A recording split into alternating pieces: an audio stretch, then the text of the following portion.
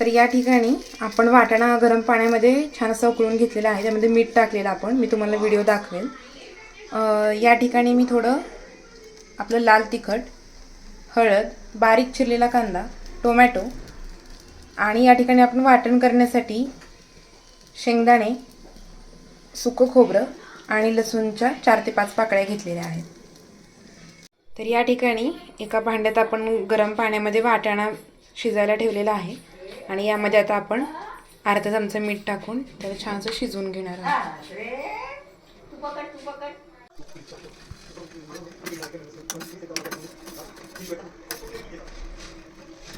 तर या ठिकाणी आपण वाटण करून घेणार आहोत. तर यासाठी आपण खोबरं, शेंगदाणे आणि लसूण घेतलेले आहे. त्याचबरोबर यामध्ये आपण थोडं जिरे सुद्धा मिक्स करणार आहोत. तर याला छान असं भाजून घ्यायचं आहे. तर या ठिकाणी हे वाटण छान असं भाजून घ्यायचं आहे. खोबरं सुद्धा छान असं भाजून घ्यायचं आहे.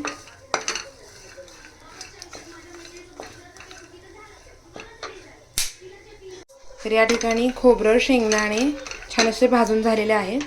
तर याला आपण थोडं थंड करून घेणार आहोत आणि मिक्सरला बारीक करून घेणार आहोत. तर या ठिकाणी आपण कढई गरम करण्यासाठी ठेवलेली आहे आणि यामध्ये आता आपण 2 चमचे तेल ॲड करणार आहोत.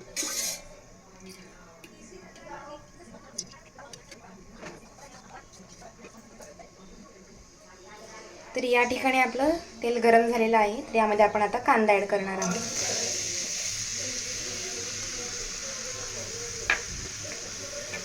कांदा छान असा तेलामध्ये भाजून घ्यायचा आहे.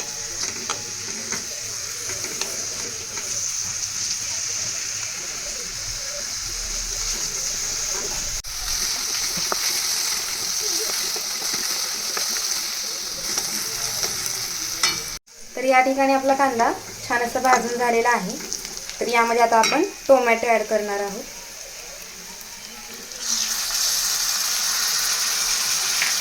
टोमॅटो छान असं मऊ झालं, आपण पाणी घेतलं की आपण चटणी ॲड करणार आहोत त्याच्यामध्ये.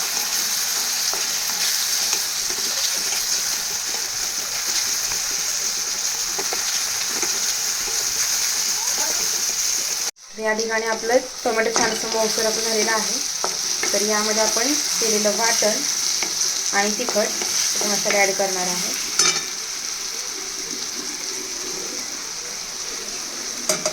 हळद आणि लाल तिखट आपण ॲड केलेलं आहे आणि आपण याच्यामध्ये आता मिक्सरला बारीक केलेलं वाटण ॲड करणार आहोत.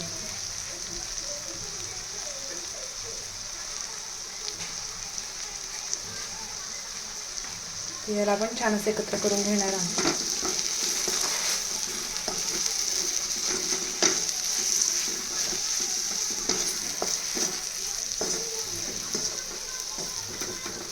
तर यामध्ये आता आपण थोडं मीठ ॲड करणार आहोत. हे वाटण एकत्र केलेलं आहे छान असं.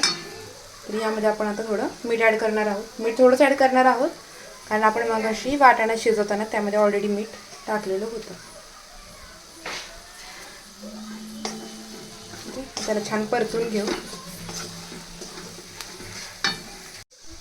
तर यामध्ये आता आपण हे वाटाणा शिजवलेलं पाणी आणि वाटाणा ॲड करून घेणार आहोत.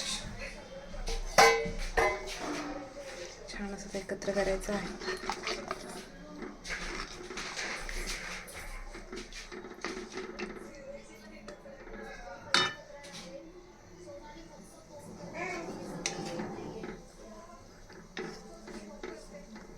मस्त असं तयार आहे आपलं आता वाटाण्याची भाजी. यामध्ये आपण थोडं अजून पाणी ॲड करणार आहोत. तर अशा प्रकारे आपली वाटाण्याची भाजी तयार आहे.